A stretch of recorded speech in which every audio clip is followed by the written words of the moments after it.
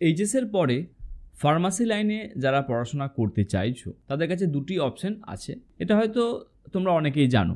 একটি হচ্ছে diploma in pharmacy, আর একটা হচ্ছে bachelor in pharmacy, BPharm R D.Pharm. তোমাদের মধ্যে অনেকে আছো যারা অলরেডি ক্লিয়ার আছো যে আমি ডি ফার্মাসি করবো, ডিপ্লোমা ইন ফার্মাসি করব, পরবর্তীকালে এই ফার্মাসি সার্টিফিকেট নিয়ে আমি ফার্মাসিস্ট হব এবং নিজস্ব দোকান খুলবো। এই ধরনের ক্ল্যারিটি আছে। আমাদের এই পশ্চিমবঙ্গে গত 5 বছরের মধ্যে অনেকগুলো ফার্মাসি কলেজ খুলেছে, যার ফলে ফার্মাসি স্টুডেন্ট সংখ্যা বেড়েছে।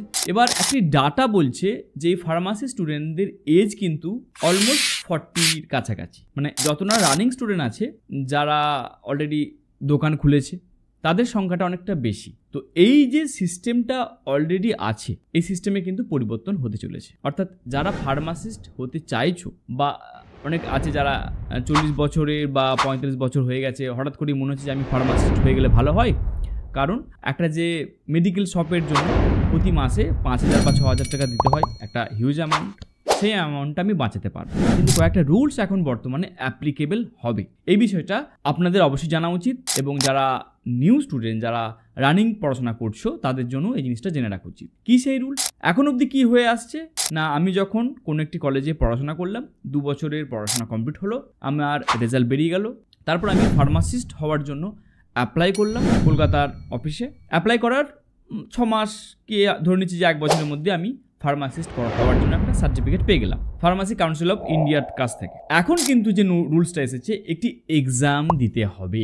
এই এক্সামের নাম হচ্ছে এক্সিট এক্সাম। তাহলে এই এক্সাম সম্বন্ধে যদি আমাদের জানা থাকে, তারপর আমি ডিসিশন নেব যে এই প্রফেশনে আসতে চাইছি কি চাইছি না। বা অনেকে যারা মনস্থির করে নিয়েছেন যে ম্যানেজমেন্ট কোটাতে পরবর্তীকালে পড়াশোনা করতে চাইছি, তারা করতে পারবেন কি পারবেন না। আমি অলরেডি একটি ভিডিওতে ডিসকাশন করেছিলাম এম ফার্মাসি করা একটা স্টুডেন্টের সাথে। তো ওই স্টুডেন্টের কাছ থেকে 2-3টি ইনফরমেশন পাই। একটা ইনফরমেশন কি না, একটা রুলস চালু হতে চলেছে যে এইচএস করার 5 বছরের মধ্যে কেউ যদি ডি ফার্মাসি করে তবে কিন্তু এলিজিবল হবে। তার মানে যাদের বয়স 40 হয়ে গেছে বা 45-এর পর ভাবছেন, আপনাদের কিন্তু এই দরজাটা বন্ধ হতে চলেছে, প্রথম জিনিস।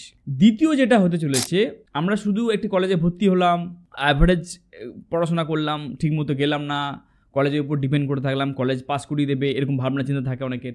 বা আমি পয়সা দিয়েছি, একটা মোটা টাকা দিয়েছি, কলেজেরই দায়িত্ব আমাকে পাস করিয়ে দেওয়ার। যে এই যে জিনিসটা একটা লুফল ছিল, এই লুফলটা ব্রেক করার জন্য এক্সিট এক্সাম দিতে হবে। তার মানে আমি কলেজ পাস করে গেলেই যে আমার ফার্মাসিস্ট হয়ে যাবে তা নয়, এই এক্সিট এক্সাম কিন্তু দেওয়ার জন্য প্রিপারেশন নিতে হবে। এবার আমার প্রশ্ন যে এটা ভালো না খারাপ? অবশ্যই এটা ভালো তাদের জন্য যারা চাইছে যে এটাকে একদম প্রফেশন হিসেবে নেওয়া। সবাই তো আর মেডিকেল শপ খুলবে না, কেউ ফার্মাসিস্ট হিসেবে জব করতে চাইবে, কেউ সরকারি প্রতিষ্ঠানে জব করতে চাইবে, কেউ পাবলিক প্রতিষ্ঠানে জব করতে চাইবে।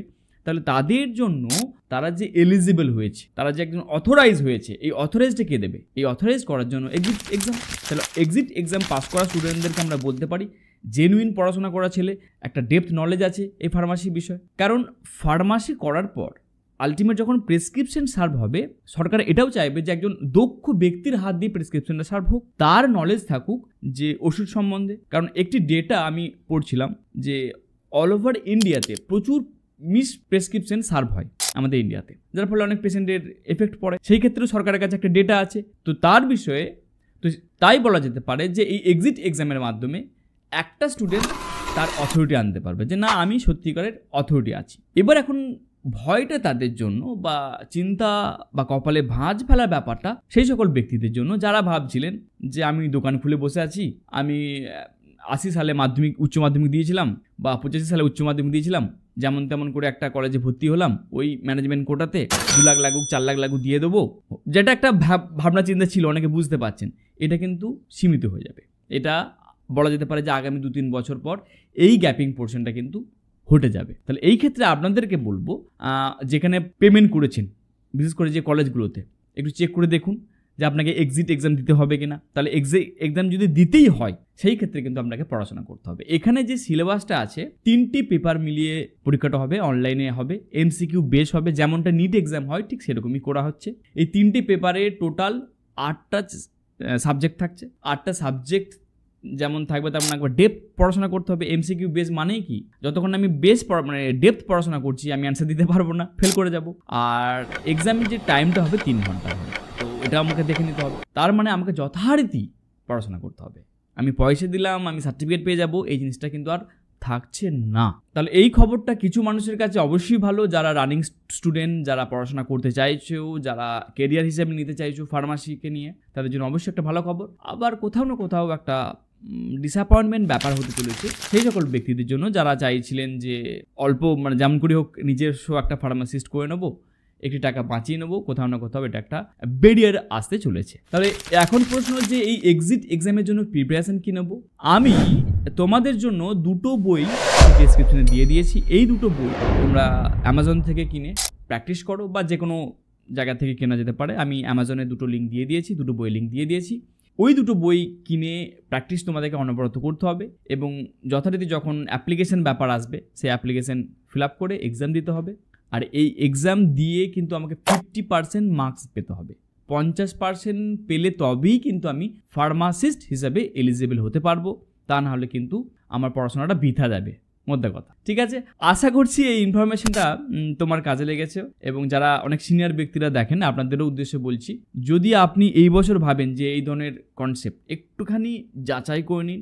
আরেকটি ইনফরমেশন আপনাদেরকে দিয়ে রাখি, আমি গত পরশু একটি নিউজ পেপারে পড়ছিলাম যে এই ফার্মাসি যে কলেজগুলো আমাদের পশ্চিমবঙ্গে হয়েছে খুব শীঘ্রই কিন্তু এই প্রতিটা কলেজে পর্যবেক্ষক যাবে, অর্থাৎ যে আমাদের ফার্মাসি কাউন্সিল অফ ইন্ডিয়া থেকে আমাদের টিম যাবে এবং প্রতিটা কলেজকে দেখবে ওনারা ঠিকঠাক যে প্যারামিটারকে ফলো করছে কিনা। তাতে এমনও হতে পারে যে অনেক কলেজগুলোকে ব্যান্ড হওয়ারও প্রবাবিলিটি আসতে চলেছে। তো সেইভাবেই আপনারা যাচাই বাছাই করেই কলেজে ভর্তি হন বা সেইভাবেই আপনারা কিন্তু ডিসিশন নেবেন, কারণ এটা কিন্তু অনেক টাকার ব্যাপার।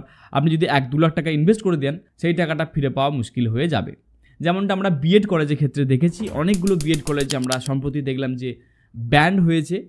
তো কে জানে কিছু ফার্মাসি কলেজও ব্যান্ড হয়ে যেতে পারে। সো হোপ আশা করি এই ইনফরমেশনটা আপনাদেরও কাজে এসেছে। ভিডিওটা ভালো লাগলে অবশ্যই বলবো লাইক করুন, আর এইরকমই ভিডিও পাওয়ার জন্য আমার চ্যানেলটি সাবস্ক্রাইব করুন। পরের ভিডিওতে আবার দেখা হবে। Thank you very much.